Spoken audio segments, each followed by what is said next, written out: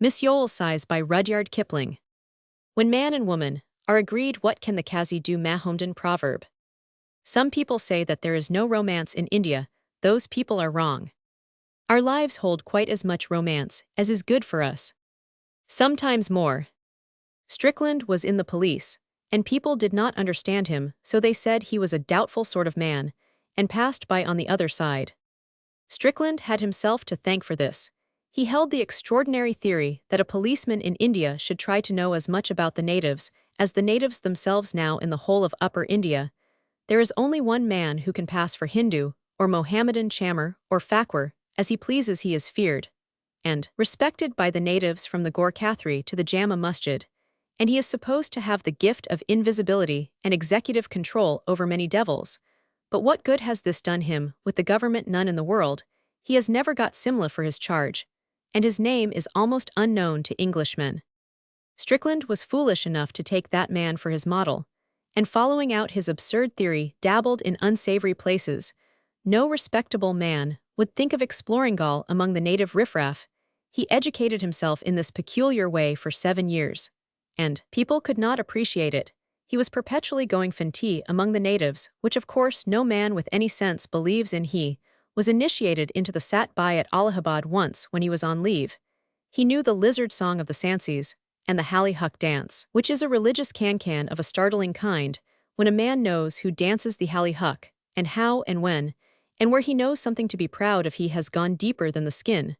But Strickland was not proud, though he had helped once at Jagadri at the painting of the death bull, which no Englishman must even look upon, had mastered the thievespatter of the Changars, had taken a Yusufzai horse thief alone near a talk, and had stood under the mimbar board of a border mosque, and conducted service in the manner of a Sunni mullah. His crowning achievement was spending 11 days as a Fakwar in the gardens of Baba Adil at Amritsar, and there picking up the threads of the great Nazibin murder case. But people said justly enough, why on earth can't Strickland sit in his office and write up his diary and recruit and keep quiet instead of showing up the incapacity of his seniors? So the Nazibin murder case did him no good departmentally. But after his first feeling of wrath, he returned to his outlandish custom of prying into native life. By the way, when a man once acquires a taste for this particular amusement, it abides with him all his days. It is the most fascinating thing in the world, love not excepted. Where other men took 10 days to the hills, Strickland took leave for what he called shikar, put on the disguise that appealed to him at the time, stepped down into the brown crowd, and was swallowed up for a while. He was a quiet, dark young fellow, spare blackasand, when he was not thinking of something else. A very interesting companion, Strickland, on native progress, as he had seen it was worth hearing. Natives hated Strickland, but they were afraid of him. He knew too much.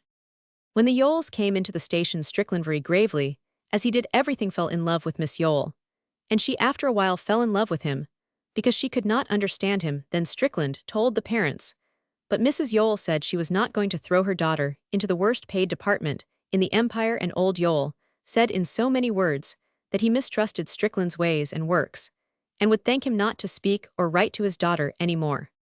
Very well, said Strickland, for he did not wish to make his ladylove's life a burden. After one long talk with Miss Youghal, he dropped the business entirely. The Youghals went up to Simla in April. In July, Strickland secured 3 months' leave on urgent private affairs. He locked up his house, though not a native in the Providence would wittingly have touched Estrikin Sahib's gear for the world, and went down to see a friend of his, an old dyer at Tarn Taran. Here all trace of him was lost, until a Sais met me on the Simla Mall with this extraordinary note: "Dear old man, please give bearer a box of cheroot supers, no eye for preference. They are freshest at the club. I'll repay when I reappear, but at present I am out of society. Yours."